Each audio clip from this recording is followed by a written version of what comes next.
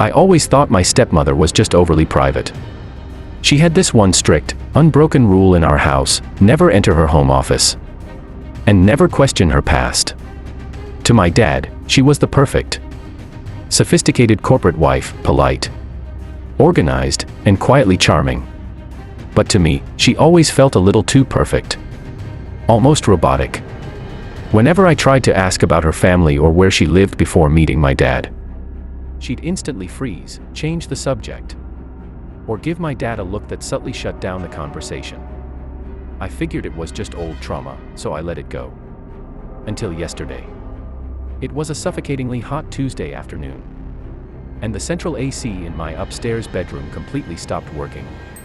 The air was thick, and I was sweating through my shirt. I noticed no air was coming out of the metal vent grill near the floor.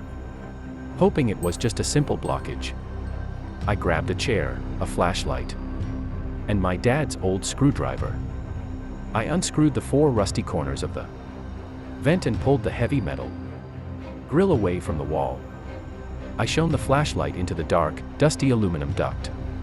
At first, I just saw thick layers of dust. But then, my light hit something reflecting deep inside. Right where the duct curved, there was a heavy, jet black package, tightly wrapped in layers of waterproof Gorilla Tape. My heart started racing for absolutely no reason. It felt illegal just looking at it. I reached my arm in, scraping my elbow against the sharp metal edge, and dragged the heavy bundle out.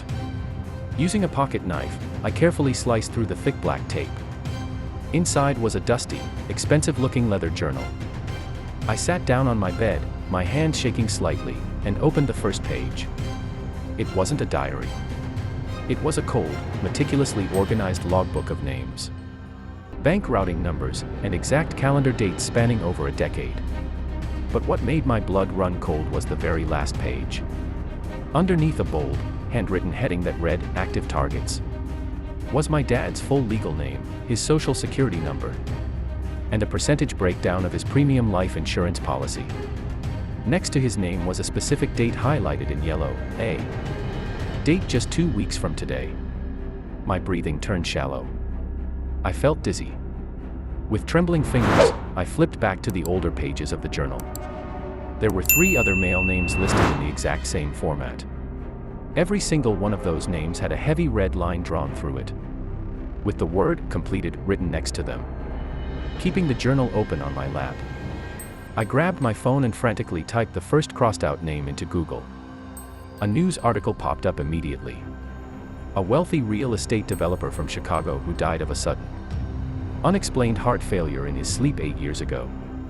The widow, who inherited his entire multi-million-dollar estate, was listed as a woman named Cassandra Vance. I searched the second name. Another wealthy man. Another sudden heart attack. And the beneficiary was the same woman.